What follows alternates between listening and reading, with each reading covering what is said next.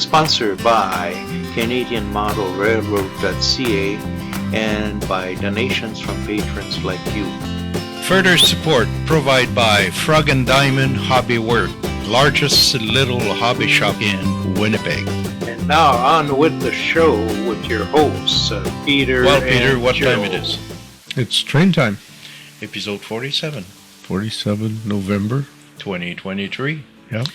Pretty near the end of season 4. Yes. This month, we have a run-by to a Cenotaph for the Veteran Day. Mm-hmm. We had Railfanning videos. We got the photo of the month, View from above. a view from above, and then a short segment in regard to Alberta Railroad Museum Yes. with their new locomotives. Yes. So, folks, let's go have a run-by the Cenotaph. On the CMR. Now, our new locomotives, commemorative locomotive CN, CN, yes. come in with, It's got the Canadian U.S. flags on both sides, yes, and then it has a poppy on one side and the yellow ribbon on the on other, the other side. yes, Yes. and a Canadian flag also. Both Both Canadian and U.S. flags Yes. are on both sides, yeah. And that train running by right now is got passenger car Yes, vintage passenger cars. bringing the vet to the Cenotaph. Mm-hmm. And they will stop in Winnipeg behind the stations, and they will go and pay their respect at the Cenotaph. Yep. Have their service. And then we got the train going back to bring the veteran where they come from, to Yep. their home. Yep. At the same time, we show you pictures of the Cenotaph that been built for the Selkirk Model Railroad many, many years ago. That is still the property of the CMR. Yes. Yep. You can see a soldier in there Mm-hmm. that pay his respect to the veteran. Yes. Because after all, we have to remember to thank our veteran, past and present, because Yes. thanks to them we're here. Yeah, they've given us our freedoms. Yes. And with what's going on in the world today, you know. Yeah. And now, folks, let's go Railfanning. Yes. Enjoy.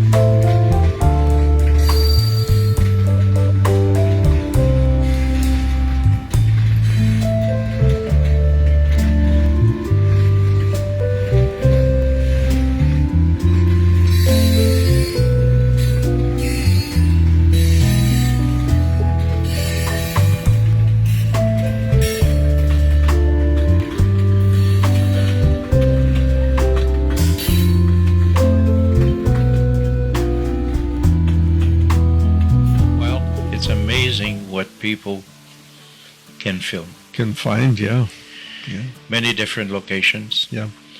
Many different consists, Yes. you know, and And many. I think we've all rail fanned just to get ideas for our own layouts. Oh, absolutely. It also give us idea how to weather our cars, Yes. you know. Yeah. Yeah. And nowadays, well, I guess it started somewhere in the 80s. They start to do graffiti on cars and that type of thing. Some people will say, well, it's vandalism. Some others is just expression of arts. Whichever way we look at it, the graffiti's still there. Yeah. You know. And some of it is very hard to understand. What are they really? Yeah, well, can we always understand the artistic mind of an artist? No, I guess You know. not. So now, folks, let's go to the photo of the month.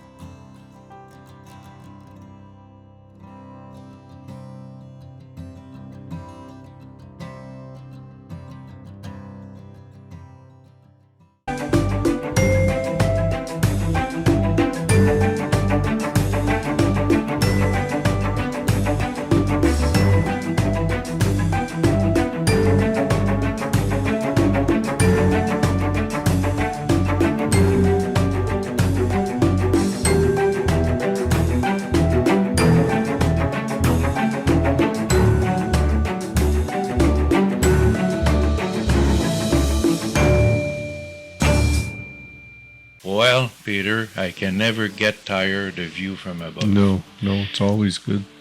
Dan Shuttle does fantastic drone jobs, you know. Yep. And I could look at those video time after time after time after time. Yes.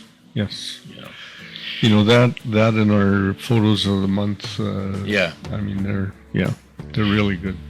And Peter, what can you tell us about the Alberta Railroad Museum?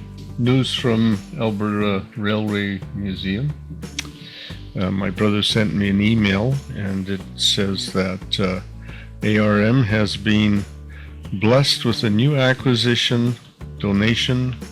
She was in a scrap line, one of a large number of retired CN units that were recently delivered to a steel mill near Welland, Ontario, where they are being cut up one by one.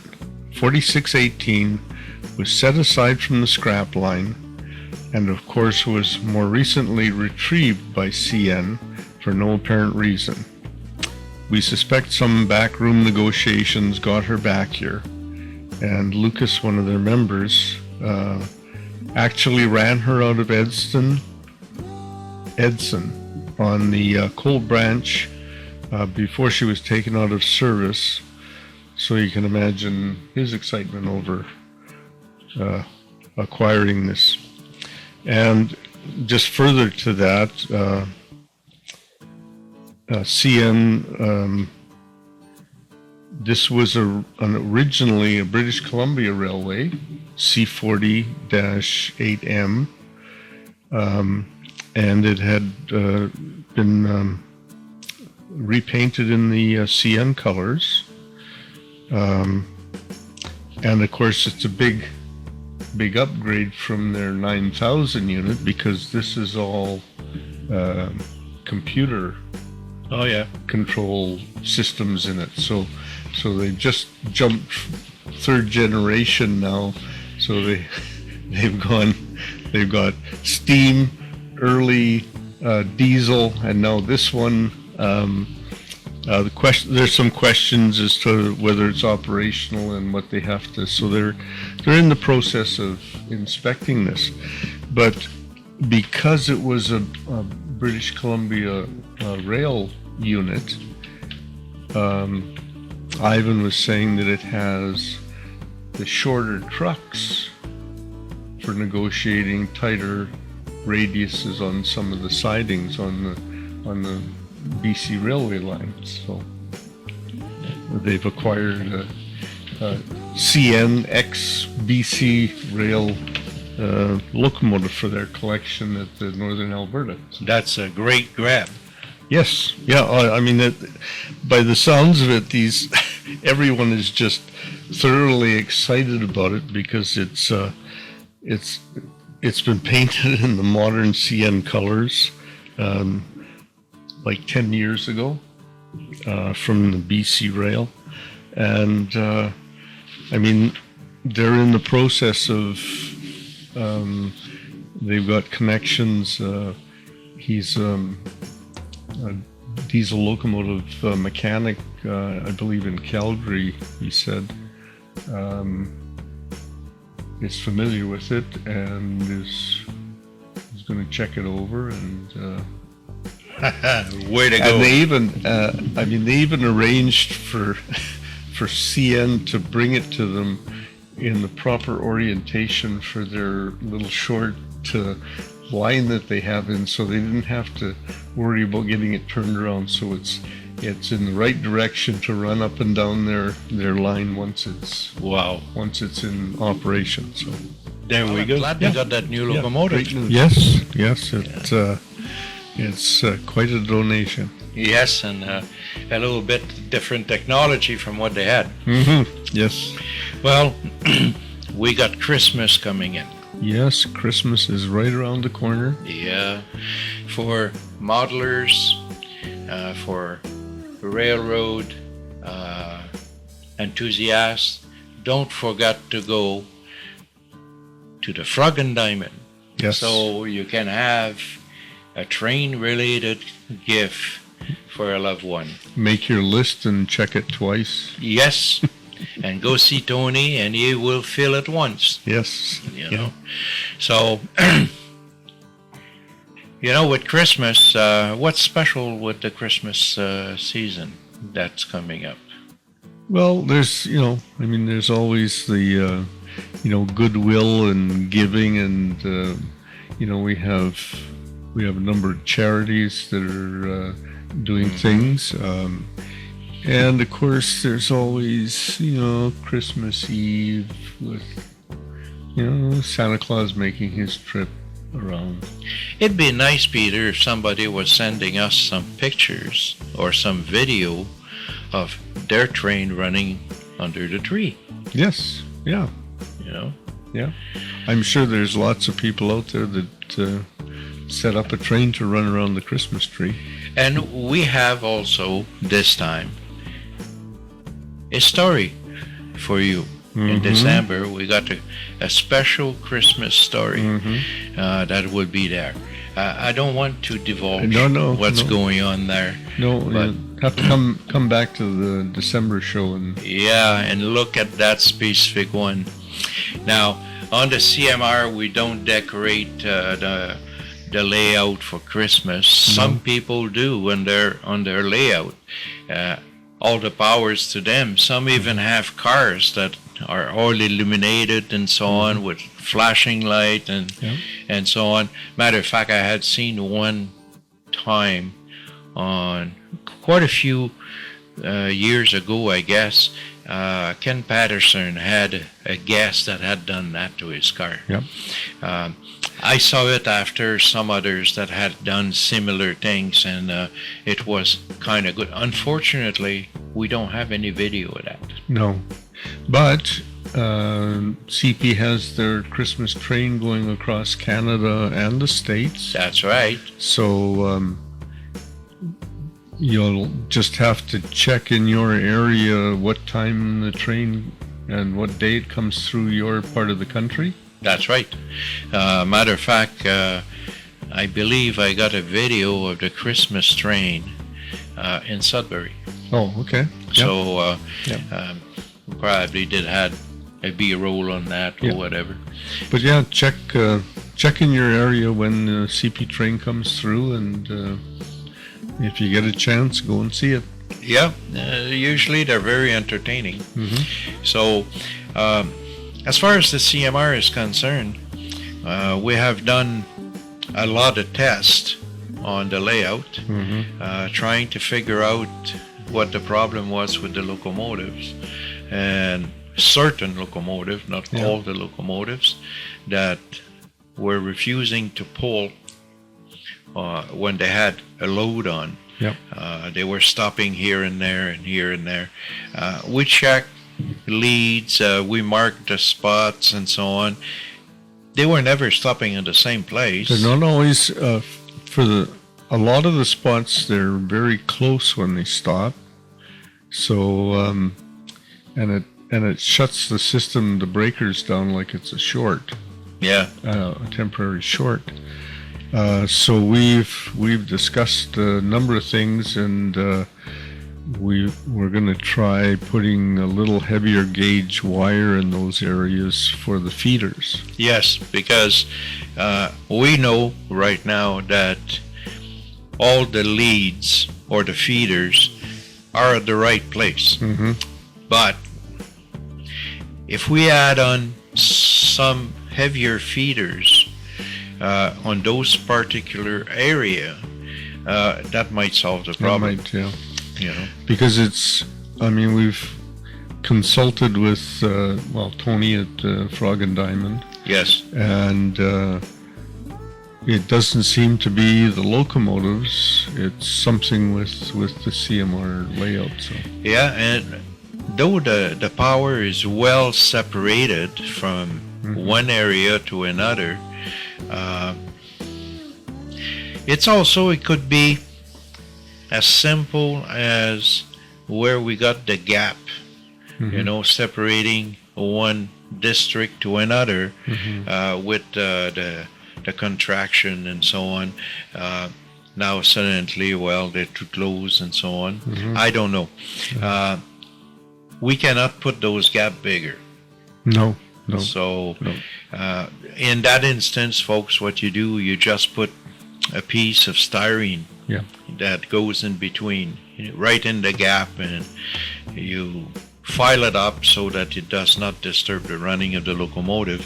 Mm-hmm. That will alleviate a transfer of power from one district to another when the track are getting a little closer because of the temperature on your layout. Yeah. So And we do have some areas where the track was not removed, but altered because of what we were doing. So some of those leads had been disconnected, so we have to reconnect leads there. That's also can be a source of a problem on the long term. But regardless, I think now we have a handle of what's going on. Yeah. So that way we can fix it. Also in the CMR, you've been working on the lift-off for the yes, the just got started back on that after all our testing on the track.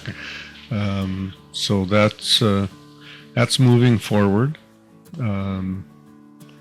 Shouldn't be too much longer. We'll have that roughed in. Well, that and all the aisle side of that side of the Rocky Mountains have to be done, Mm-hmm. so that we can finally finish the river in there. Yes. And when that is done, it's sceneries. Yes.